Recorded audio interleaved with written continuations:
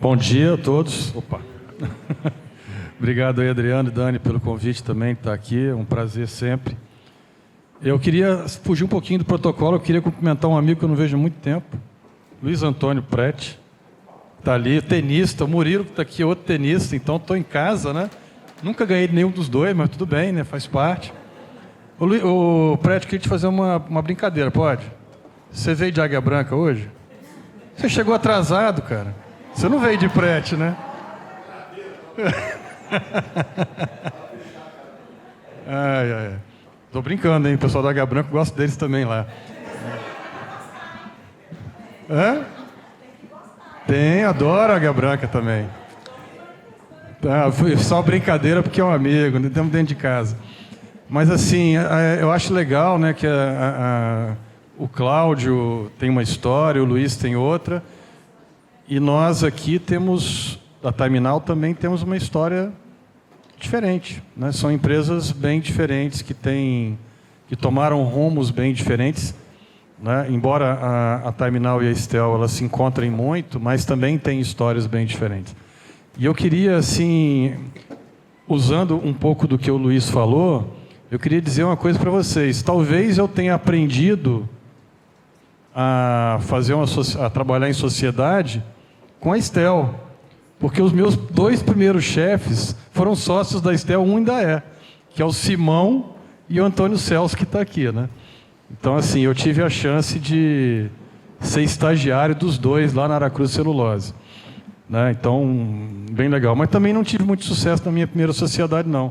Luiz esteve lá na sociedade de engraxate dele lá, mas eu fui sócio de uma empresa em 91.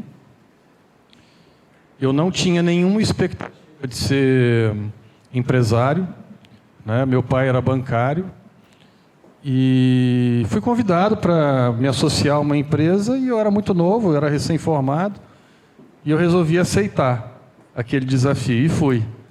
Mas eu só fiquei 6 meses lá.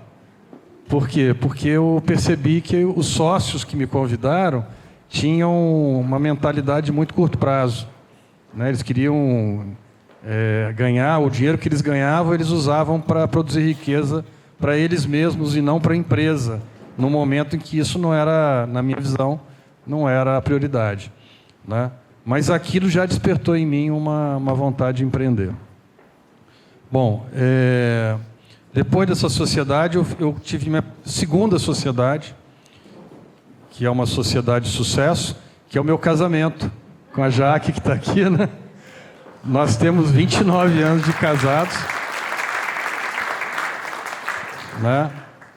E é a sociedade, sem dúvida, a sociedade mais importante, é da qual a gente está tratando aqui hoje, né? Porque ela produz frutos.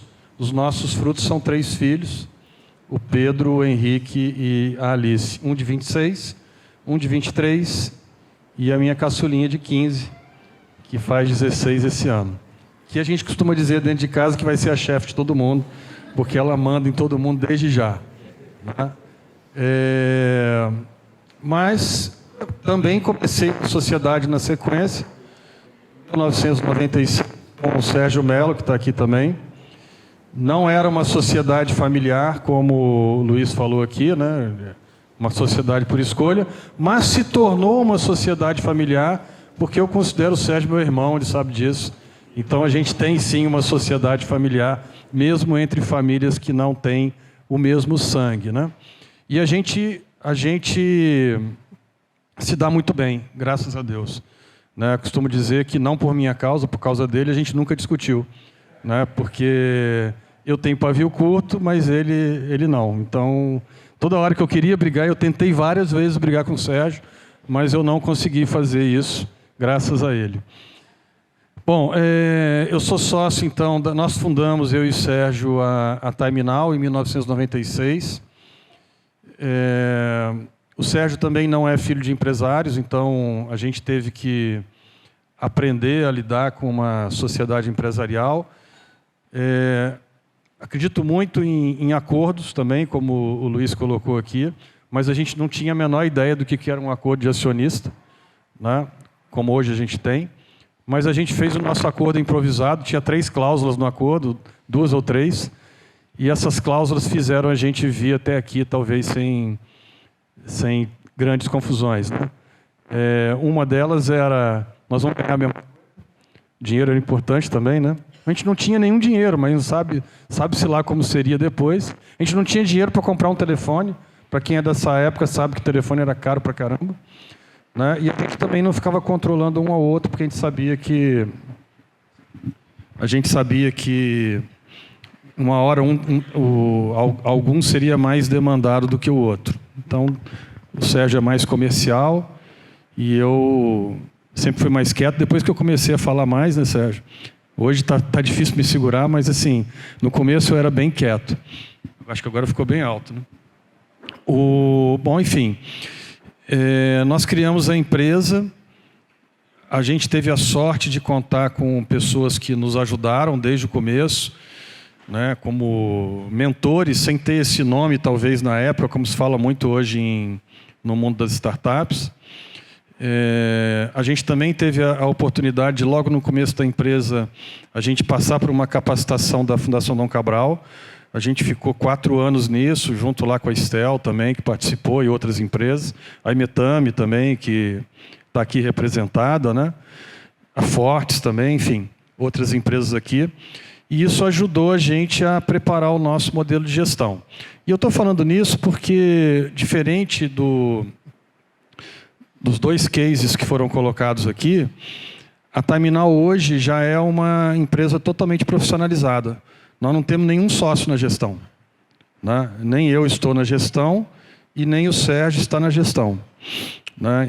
Isso já tem 4 anos, né? Desde que eu eu era o CEO da empresa nos últimos anos, né? O Sérgio já tinha ido para o conselho um pouco mais cedo e eu acabei em 2019 também passando a ser um membro do conselho, né? Então a gente optou desde cedo por preparar, e eu acho que a Dom Cabral teve uma importância muito grande para a gente, por entender esse processo que o mais importante para uma organização é que a gente tenha as melhores cabeças nas posições que a gente tem lá. Em algum momento a gente achou que essas melhores cabeças poderiam não ser as nossas, né? E eu tenho certeza, que foi uma decisão muito correta que a gente tomou. A gente não fez isso de sopetão. A gente começou a fazer isso, eu diria, talvez há uns 15 anos atrás, quando a gente trouxe para a diretoria, talvez até mais do que isso, viu, Sérgio? A gente começou a trazer pessoas de mercado para a diretoria, alguns deram certo, outros não deram certo, e até chegar ao ponto em que a gente conseguiu perceber que, inclusive, a posição de CEO já não era mais... Eu, que estava nessa posição lá naquela época, não era a pessoa mais capaz, dentro da organização, para conduzir a empresa. Hoje a gente tem um CEO de mercado, que veio da Samarco, que é o Antônio Toledo, e na gestão dele, de início de 2019 para agora, nós estamos falando aí de praticamente triplicar o tamanho da empresa. Então, assim, mostra que é possível fazer isso. Agora, a gente não deixou de ser acionista. Eu vou voltar para o ponto inicial, né, dessa questão. Então, a gente está no conselho, nós somos os 2 acionistas principais. Eu e o Sérgio hoje temos 82% da empresa. Nós temos boa parte da diretoria como sócia da empresa, com um programa que a gente tem de partnership, né? E nós também temos 7,5% de ações que estão lá destinadas para esse efeito também. Então, temos sócios antigos desde 2007, se não me engano, que a gente começou a trazer executivos para a sociedade. Quando a gente traz para a sociedade, a gente acredita que eles estão ali brigando também para que a empresa cresça, porque a empresa também é deles. Bom, os meus filhos e também os filhos de Sérgio são jovens, né? Bem jovens. Meu filho mais velho tem 26 anos, é o Pedro, ele se formou em administração. Ele hoje trabalha na Terminal. O Henrique, que é o meu segundo filho, faz engenharia de produção em São Carlos, termina no final desse ano. Ele preferiu não trabalhar na Terminal nesse primeiro momento, porque ele achava ou acha ainda, né, que ele poderia ser privilegiado por ser filho do fundador. Então, hoje ele está na Bianco Gresse. Eu acho que é uma história bem legal, porque ele está aprendendo lá numa cultura diferente. A Alice, minha filha, tem 15 anos, então ela não está trabalhando ainda. Mas, enfim, na família do Sérgio, a Karina, que está aqui, trabalha também na Terminal. O Pedro, acho que eu não falei, trabalha na controladoria. A Karina trabalha na área de inovação, né? E o Arthur, que é o filho mais velho de Sérgio, que mora no Paraná, ele faz mestrado, né? Mestrado em geologia. Ele gosta muito da área acadêmica, né? Então ele está lá. Independente disso, a gente também tem um comitê de família que está, digamos assim, está se estruturando a partir do trabalho que a gente tem feito aqui com a UTZ.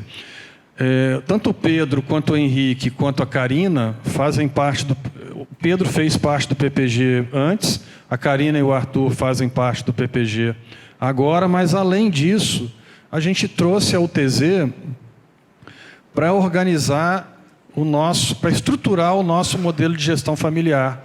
E aí eu estou falando tanto da minha família quanto da família do Sérgio. Tá? Então, é um processo que está bem interessante, eles têm desafios, né?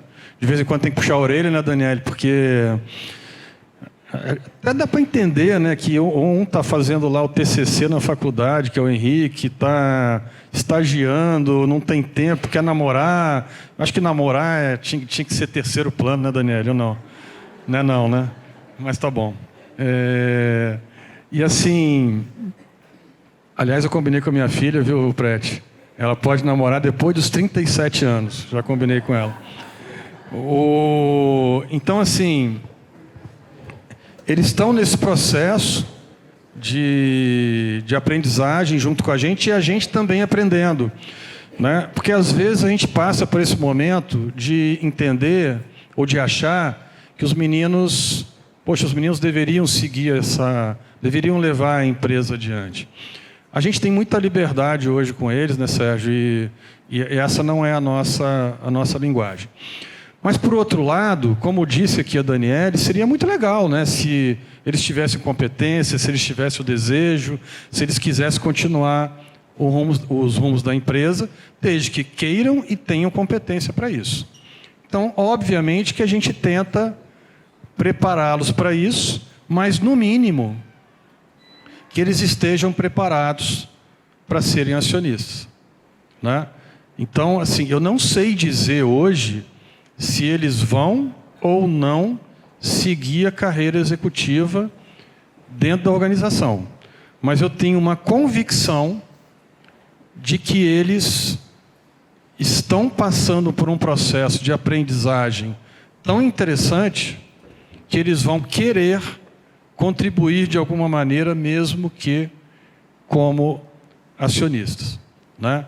Então, o nosso negócio hoje, como tanto eu como o Sérgio, a gente não participa ativamente do dia a dia, a gente hoje tem tempo para analisar outros negócios. Então, nós somos investidores de vários negócios hoje. Então, a gente tem eu e o Sérgio juntos, nossas famílias juntas, nós temos uma holding em conjunto, que é a TN Part, né? A gente é muito criativo com o nome, o TN vem de terminal, né? E Part vem de participações. Então, assim, é uma coisa que a gente tem. Isso é coisa de engenheiro, tá, gente? Se tem uma coisa que engenheiro não tem, é criatividade, né? Aliás, os programas da Terminal eu começo com Time, eu termino com Now. Tudo é assim lá. Inclusive o Inove Now, que é o programa da Terminal de Inovação. Né? O Now é NOW no final. Então, dentro da holding, a gente tem N possibilidades. Voltando aqui, depois de quase um século, para a pergunta do Adriano, Quando a gente começou o nosso negócio, essa abertura para a inovação, ela não nos falava nisso. Né? Há quase 30 anos atrás, 26 anos atrás. Hoje, a gente tem uma concorrência desleal, eu diria, para os nossos filhos quererem trabalhar nas nossas organizações. A gente vê o Google, a gente vê a Microsoft, a gente vê empresas aí que mostram hubs de inovação, né, que mostram uma vida muito diferente da nossa, né? Uma vida de escorregador, uma vida de puff, uma vida de mesa de bilhar. Né? Pô, quem é que quer trabalhar naquela empresa que está lá com aquela mesa caindo aos pedaços, tá, né, que o chefe acha que você tem que fazer daquele jeito e acabou? O mundo mudou. Né? O mundo mudou, mas não mudou só para os nossos filhos, mudou para muita gente. Hoje as grandes organizações têm dificuldade em trazer profissionais para trabalhar nos seus quadros, muitas vezes pelo modelo de negócio que está lá dentro. Pouco participativo, autocrático, né? Uma coisa assim, totalmente direcionada, faz isso ou então cai fora. As grandes empresas hoje não estão conseguindo contratar pessoas.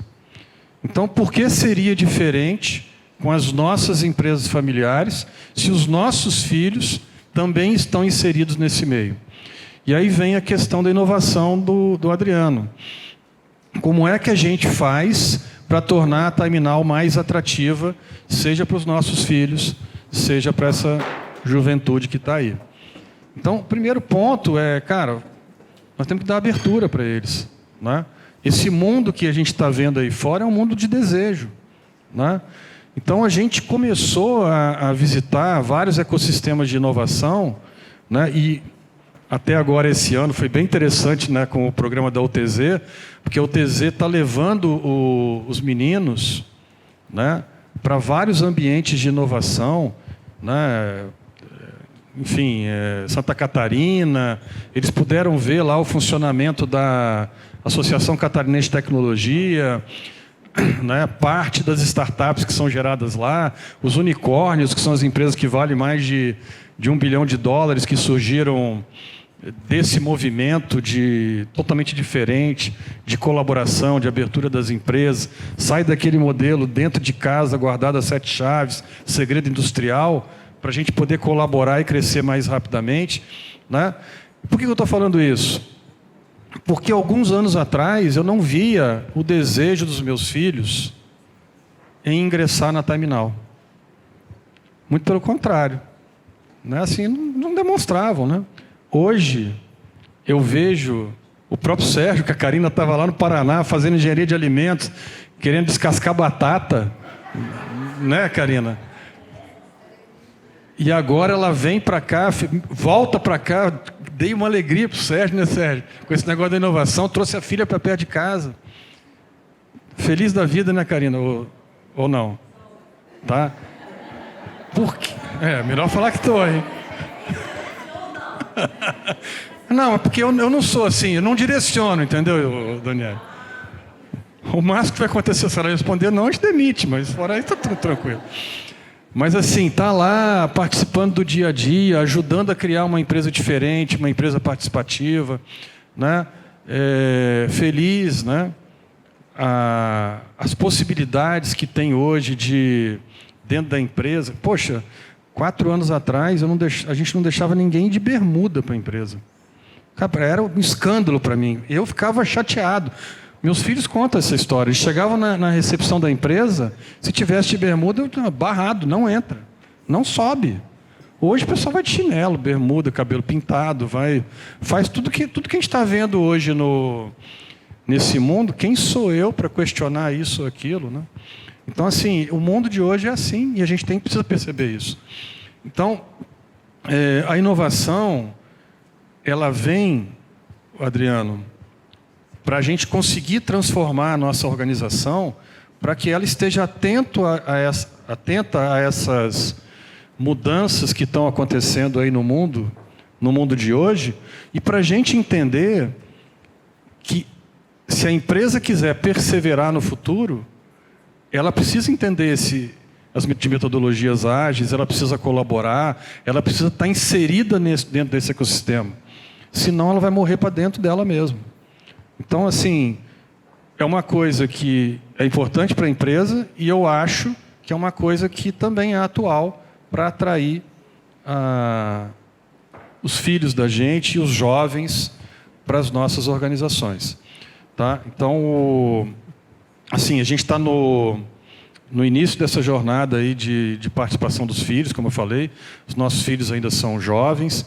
Só para você ter uma ideia, a gente acabou, o Pedro e a Karina, né, que estão dentro da Terminal mesmo, eles estão iniciando um programa de preparação.